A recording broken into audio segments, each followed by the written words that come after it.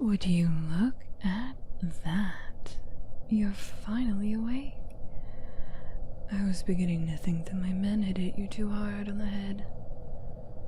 And now no need to get jumpy. So far, you're perfectly safe. But that can change very quickly. Got it? Good. See, you might recognize my face from the council meeting a few moons ago. But even if you don't, it doesn't really matter. As much as I would consider myself to be memorable, not everyone has taste. And either way, it's not important, because right now you, my love, are leverage. That's right. Looks like you're finally beginning to grasp the situation. You can thank your father for it, really. That treacherous bastard thought he can get around his end of the deal. So now this is his final warning. You may call it petty revenge, but I simply call it returning the favor. That doesn't mean I'm obligated to keep you alive, though. Your death would serve as a nice little reminder as to who he's been messing with. My generosity is the only reason you're still breathing. So if I were you, I'd behave. Good hostages live longer, love. Take it to heart. And again, nobody said you wouldn't get hurt. I may be good looking, but don't be fooled, love. I'm the devil in disguise. I've hurt people for far less. I wouldn't stop at a pretty face like yours. In the end, they all bleed the same, love. You'd be lucky to survive your stay here. Many before you didn't. See, my father isn't really a good man. He has no shortage of enemies, and neither do I. Can you imagine how many traitors I have to deal with? How many people think betraying me is acceptable?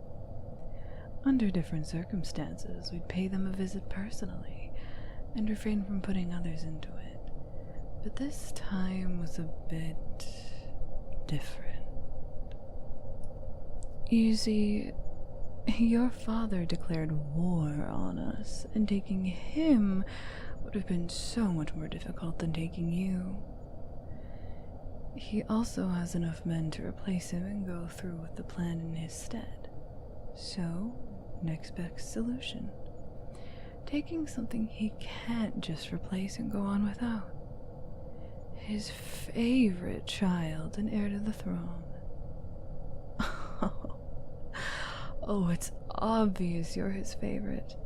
You're intelligent, brave, and quite the looker, frankly. He always speaks so highly of you whenever your name is mentioned.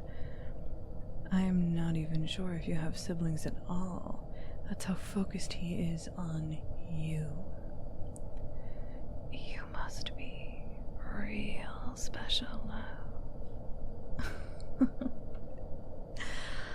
I suppose I'll have to find out for myself what you're capable of. Wouldn't it be just a shame if this were to be the end of your story? The two of us could still have a lot of fun if you play your cards right. Meaning, you don't act up and behave. As a royal descendant, I'm safe to assume you know how to do that. It's upsetting how many peasants don't, but you're better than that, aren't you? Otherwise, I'll have to force your respect, and you surely won't enjoy that, love. But now that the formalities are out of the way, I do plan on being at least somewhat of a decent host. You are free to move around my quarters, but don't even think about escaping. I have guards stationed at every possible exit of this room, and the windows have bars, as you can clearly tell. Don't try to butter up any of the guards or servants here either. All of them have been tested on their loyalty and know not to mess with me. After having to clean up the remains of other traitors, most of them have learned to stay in line. If you so much as attempt to befriend anyone here, I will serve their head to you on a platter, love. So tread carefully. We wouldn't want anyone to suffer because of you, now would we? Well then, love, make yourself at home. If you're nice and quiet, maybe we'll even serve you lunch later. You must be starving after all this trouble. It's not every day you get kidnapped by guards of the rivaling kingdom to prevent an unnecessary war. I may be a vile creature, but even I do not condone that kind of savagery. Torture is one thing, but irrelevant brutality is simply boring. Pain is like a sword, love. If you use it strategically, it can slice through enemies and leave the survivors trembling in terror.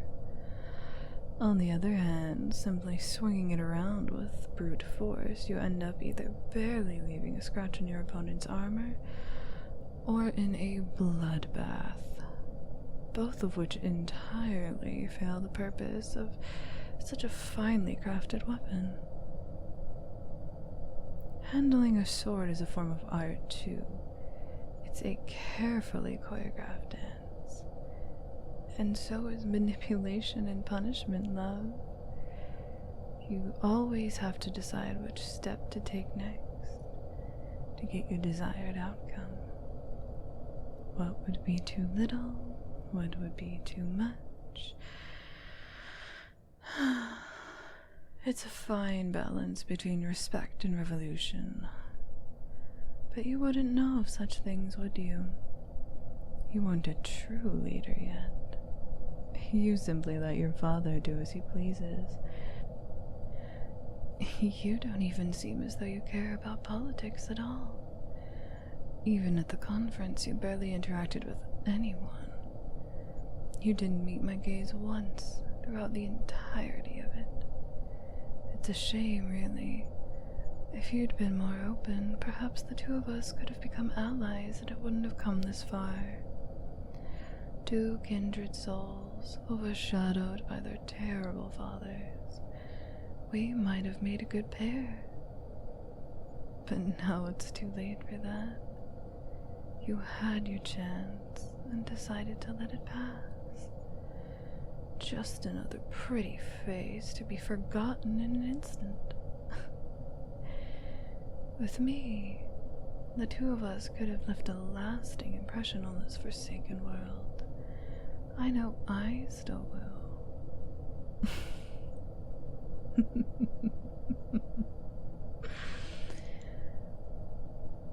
Oh, how cute. Did you believe that? You should have seen the look on your face. How pathetic to think that I would want to share with you. Go cry about it.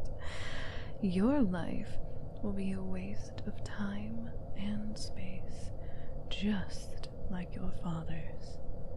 To me, you will merely be an inconvenience, the both of you. Oh well, too bad for you now, love. I'll be looking forward to your madness unfolding as you spend the next weeks isolated, only with me to keep you company whenever I please.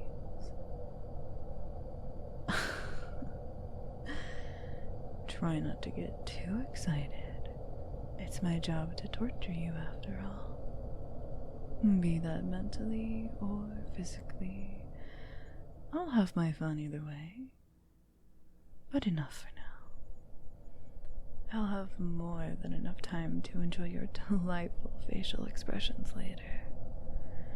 And trust me, I'll be getting everything out of you once I actually try.